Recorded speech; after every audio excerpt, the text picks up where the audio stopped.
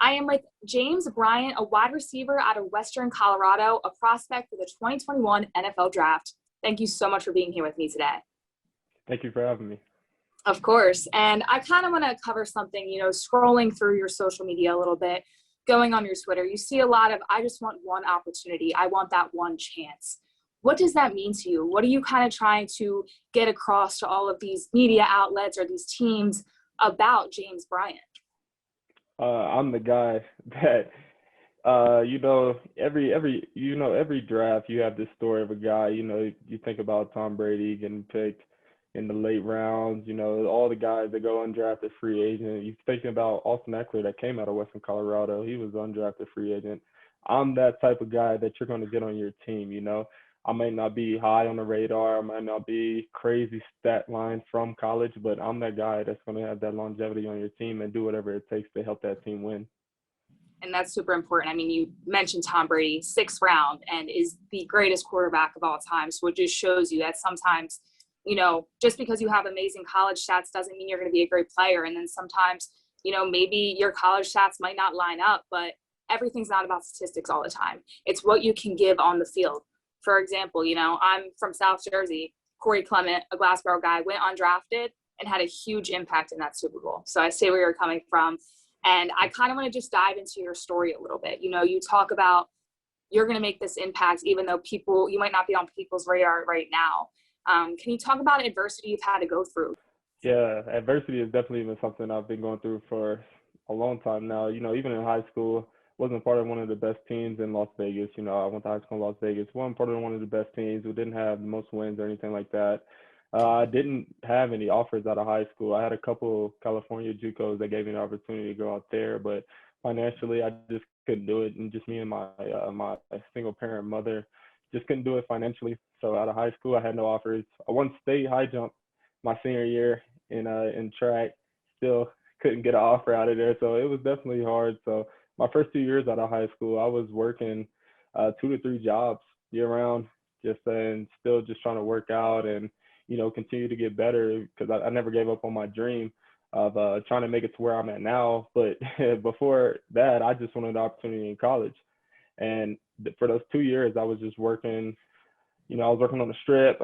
I was working off the strip. I was working some pretty demeaning jobs. It was a lot of hard work and a lot of hours spent at those jobs, but it was also a lot of hours spent in front of the computer emailing almost every coach in the U.S., whether it was NAIA, D3, D2, D1.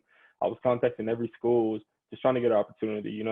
I had good grades coming out of high school. I believe my overall GPA was a 3.2, so I had good grades. Test scores wasn't that great, and that did not allow me to be a qualifier whenever I did finally get my opportunity. But while I was reaching out to schools, University of Charleston track team coach, he gave me a response back, and he basically gave me my first opportunity. So, big shout out to Coach Bias over at Charleston. He's definitely paved the way for a lot of this to happen by giving me that first opportunity to get over to Charleston. And, he was okay with me joining the football team because, of course, that was my main goal always. Track was just something I always was also able to do and compete in. So, big shout out to him for ever giving me the opportunity, and Charleston football as well for allowing me to, walk on and then eventually become a guy on the team. And, I have to give props to Western Colorado as well when I chose to transfer from Charleston, trying to get closer to Las Vegas, to my family and everything. They gave me the opportunity to come over here. So, I'm just blessed. It's been a lot of adversity, a lot of hard times, a lot of late night crying and praying. But all glory to God. I'm just happy with what I've been given, and I just want to continue to grind and see how far I can go with everything. I'm definitely never going to give up. Came too far now to ever give up. That's a great story. I mean, it just shows your work ethic where you were willing to work 2-3 jobs before even getting offers because you wanted this so bad. And, one of my favorite quotes from the late and great Kobe Bryant is, when you're tired, when you don't feel like getting up, that's really the dream, because people they see the highlight clips, they see everything, but they don't see you working 2 to 3 jobs just so you can get that dream. They don't see the emotions that go on behind the scenes because you're fighting so hard for what you really want. So I admire that work ethic out of you, and I think a lot of teams are going to see that.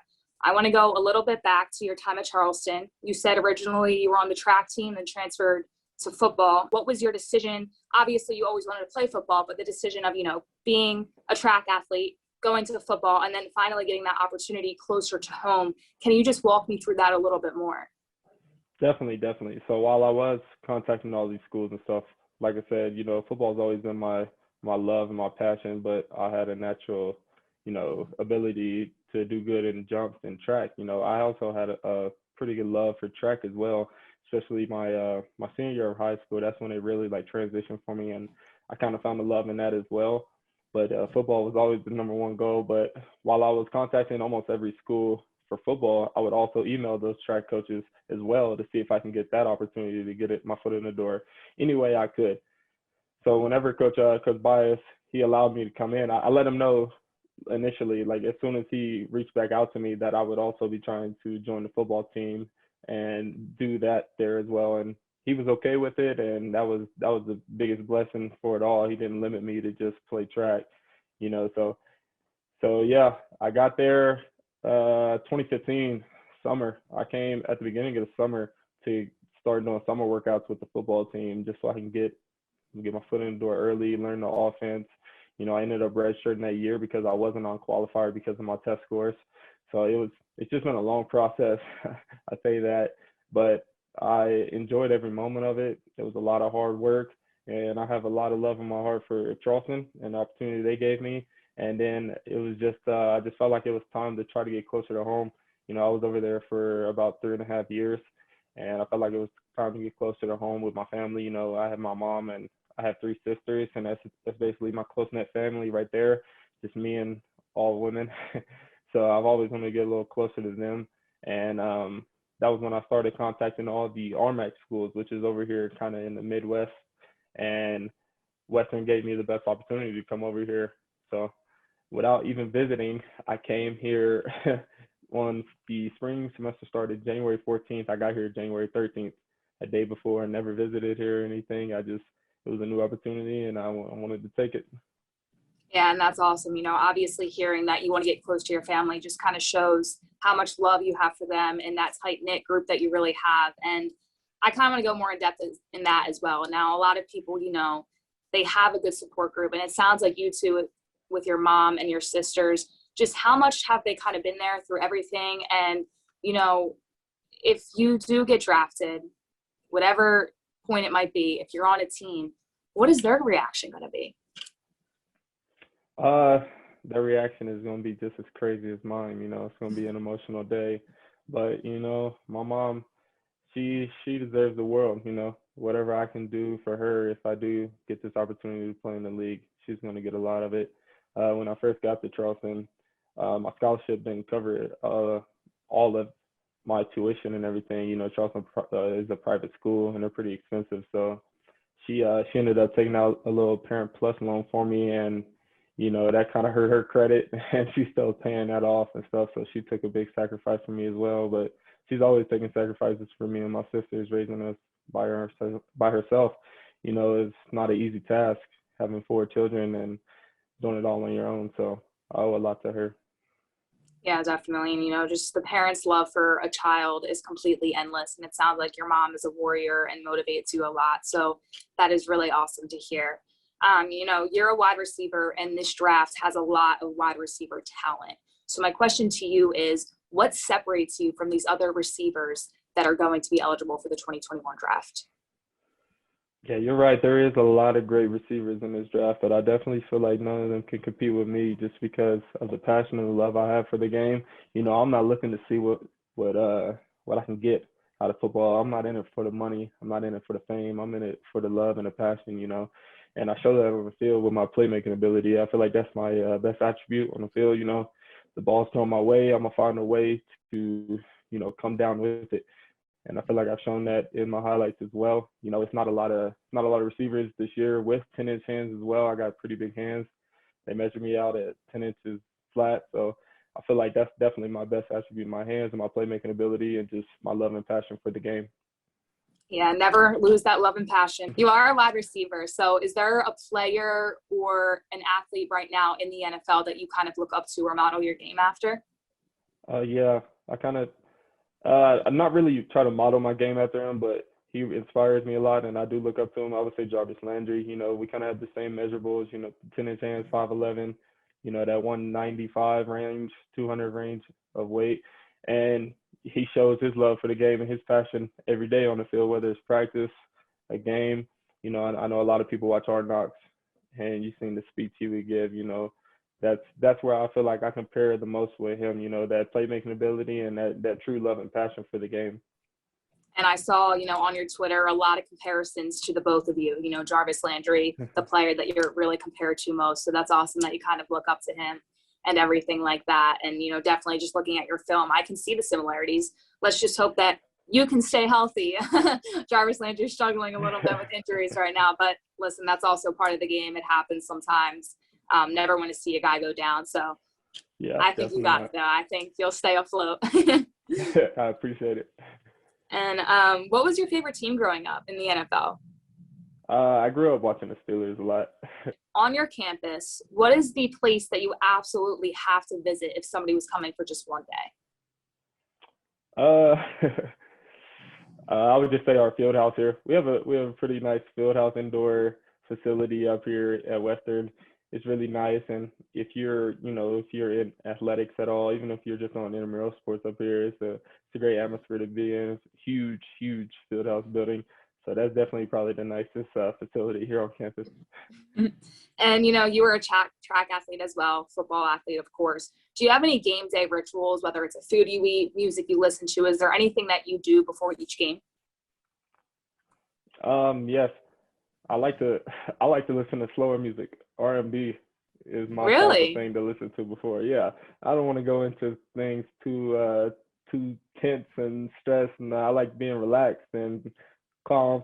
And that kind of R&B and soul, the early '90s R&B and soul helps me out a lot. Oh, do you have a go-to song, or is it just kind of that genre? No, it's kind of that genre. Erykah Badu is one of my favorite artists to listen to get me calm and relaxed.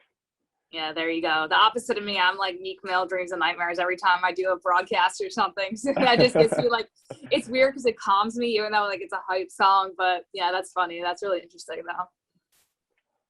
Now, if there was one Gatorade color that you could drink for the rest of your life, only one, what would it be? Definitely light blue, not regular blue. You got to say light blue. Yeah, that's the popular answer, like the Glacier Freeze one. Yeah. Yeah, everybody definitely loves that one. There's not a lot of free time when you are in season and everything like that. But what do you kind of do to calm your mind and body down, whether that's video games, meditation, praying, like you said, you were, kind of praying before about a lot of things.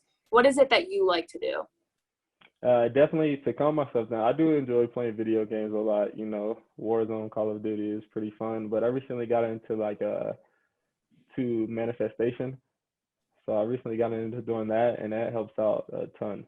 It definitely relaxes you, calms you, and just, it kind of paves the way for your future. It feels like it's just a great feeling to have once you really start manifesting things. I would agree with that. Absolutely. That's an awesome way. And then PS5 or Xbox? Always have to ask PlayStation all the way. There you go. There's always interesting answers. People say Xbox, PS5, and I don't know much about video games, but I do know, the consoles and everything. So yeah. Always an interesting answer for that one. What is the best food from where you're from? What do you have to get every time you're home? I love just the local taco shops back in Vegas, but I'm a big fan of Gorilla Sushi. Ooh. It's a local sushi place just around the corner from my mom's house, and it's fantastic. I love it. I have to get it every time I go home. That sounds so good.